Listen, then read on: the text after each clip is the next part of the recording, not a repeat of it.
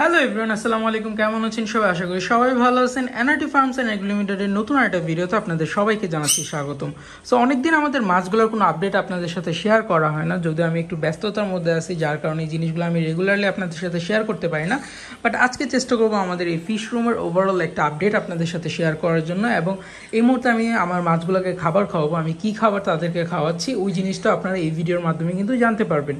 So ফার্স্টে দেখাই, এই সাইডে দেখেন আমাদের ফ্লাওয়ার হনটা আছে। এটার অ্যাকুরিয়ামটা একদম সবুজ হয়ে গেছিলো, সো আমি হালকা একটু ক্লিন করে দিছি। আর যেহেতু ভিডিও করতেছি, সো আমরা সব ধরনের ফিল্টারগুলো অফ রাখছি। সো এটা আমাদের ফ্লাওয়ার হন মেলটা আছে, মাশাআল্লাহ ভালো কিন্তু গ্রো করতেছে, একদম ছোট থেকে আমরা আনছিলাম। এর নিচে আমাদের পোলার প্যারটগুলো আছে হোয়াইট কালার, মাশাআল্লাহ কয়েকটা অনেক বড় হয়ে গেছে এবং কয়েকটা ছোট আছে। সো ওইটার একটা ব্যবস্থা নিতে হবে যাতে ছোট বড় যে মিসম্যাচটা আছে ওটা যাতে ঠিক হয়ে যায়। আর এই সাইডে আমাদের ব্লু ডায়মন্ড গাপ্পিগুলো আছে, এই সাইডে আমাদের আরটিপির ফ্রাইগুলো আছে, মাশাআল্লাহ কালার চলে আসতেছে। নিচে আমাদের অ্যালবাইনো পিঙ্ক মোজাইকের বাচ্চাগুলো আছে, ওগুলো কিন্তু মাশাআল্লাহ অনেক বড় হয়ে গেছে।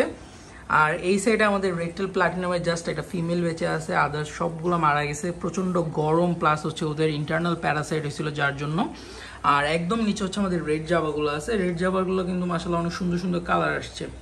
সো রেড জাবা এখন যেটা করতে হবে, ওদেরকে আমাদের সিলেকশন ব্রিডিংয়ে নিতে হবে, তাহলে কিন্তু আমরা ভালো আউটপুট পাবো, আদারওয়াইজ পাবো না। আর এই সাইডটাতে যদি আসি, এই সাইডটাতে আমাদের কাছে প্রচুর বাচ্চা হয়েছে ব্লু গ্যালাক্সির, বাট আমাদের যে মেলটা ছিল মেলটা মারা গেছে, এখানে জাস্ট একটা ফিমেল আছে। সো এই মেলগুলা মারা যাওয়ার রিজনটা প্রচণ্ড গরম, যার কারণে আমি লাইটটা অফ রাখি। এই কারণে আমাদের দেখবেন অনেকগুলা প্লান্ট কিন্তু মেল্ট হওয়া স্টার্ট হয়েছে। যেমন আমাদের জাঙ্গল বেলগুলো যদি একটু খেয়াল করেন, দেখবেন অনেকগুলো প্লান্ট মেল্ট হয়ে গেছে।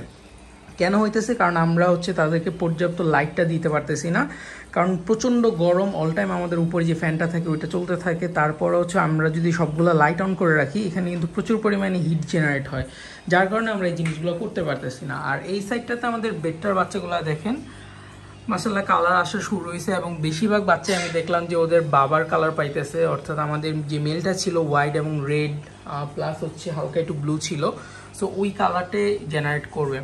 আর বাদাম পাতাগুলোর মধ্যে দেখলাম যে হালকা ফাঙ্গাসের মতো দেখা যেতেছে, সো এটাকে ক্লিন করে দিতে হবে। এগুলো আমরা আমাদের শ্রিম্প ট্যাঙ্কে দিয়ে দেবো। শ্রিম্প খুব পছন্দ করে এই বাদাম পাতাটা।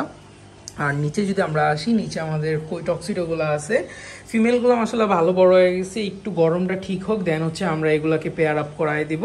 আমরা এই সাইড থেকে একটা মেলের সাথে একটা ফিমেল পেয়ার আপ করবো, আর এখান থেকে ভালো দেখে একটা মেলের সাথে আমরা আরেকটা ফিমেলকে এখানে পেয়ার আপ করবো। নিচে আমাদের ব্লু ডায়মন্ডের আরও কিছু বাচ্চা আছে এখানে, আর এই জায়গায় আমাদের মিক্স গাপ্পিগুলো আছে। তো এখন আসি আমরা ওদেরকে কি খাবার খাওয়াবো। এখন দেখেন এইখানে মসকিটো লার্ভা আছে, আর বেবি ব্রাইন শ্রিম্প আছে। আমাদের বেডটা গাপ্পি সবগুলোকে আমরা ব্রাইন শ্রিম্পটা দিব। আর এই মসকিটো যে লার্ভাটা আছে, এটা আমাদের পোলার প্যারটের খুব ফেভারিট একটা খাবার। আমি যদি আপনাদের একটু দেখাই, দেখেন জাস্ট দেওয়া মাত্র তারা কি আনন্দ করে খাবে দেখেন। সো তারা কিন্তু খুব পছন্দ করে এই জিনিসটাকে, দেখেন আমি দেওয়া মাত্র কিন্তু খাওয়া শুরু করছে। আর ব্রাইন শ্রিম্পটা আমরা সবগুলা গাপ্পি এবং বেডটা যেগুলো আছে ওইগুলোকে দিয়ে দিব। সো আপনারা চাইলেও কিন্তু এই ধরনের লাইট ফুড আপনাদের ফিশকে প্রোভাইড করতে পারেন, তারা কিন্তু জিনিসটা খুব পছন্দ করে, এবং মাছের হেলথ কালার বলেন সব কিছু কিন্তু ভালো থাকবে। আর যেহেতু এখন ওয়েদারটা অনেকটা আপনার হার্শ হয়ে গেছে, অনেক গরম পড়ে দিনের বেলা দুপুর টাইমটাতে, সো চেষ্টা করবেন যে আপনার মাছের অ্যাকোয়ারিয়ামটাকে কীভাবে টেম্পারেচারটা মেনটেন করা যায়। আপনি ওয়াটার চেঞ্জ করতে পারেন, অথবা লাইট থেকে দূরে রাখতে পারেন। টেম্পারেচারটা একটু মেনটেন করলে মাছের জন্য বেটার হয়, সো চেষ্টা করবেন এই জিনিসটা করার জন্য। আর আদার্সগুলোকে এখন আমি এই খাবারটা দিয়ে দিচ্ছি। আর এই সাইডে আমাদের কিছু বাচ্চা আছে, দেখেন এগুলো রেড জাবার বাচ্চা, এখানে এক পেয়ার আছে অ্যালবাইনো পিঙ্কের বাচ্চা, এই জায়গায় ব্লু গ্যালাক্সির কিছু বাচ্চা আছে, এগুলোকে ক্লিন করতে হবে। আর এইগুলো ব্লু ডায়মন্ডের বাচ্চা, নিচে ব্লু ডায়মন্ডের বাচ্চা আছে।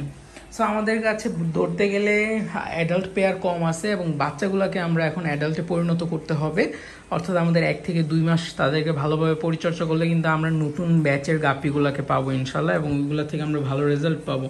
তো সবাই দোয়া করবেন। আশা করি যদি ভিডিওটা ভালো লাগে তাহলে অবশ্যই লাইক করবেন, শেয়ার করবেন। ইনশাল্লাহ দেখা হচ্ছে পরবর্তী ভিডিওতে। টিল দেন সবাই ভালো থাকবেন, সুস্থ থাকবেন। আসসালামু আলাইকুম।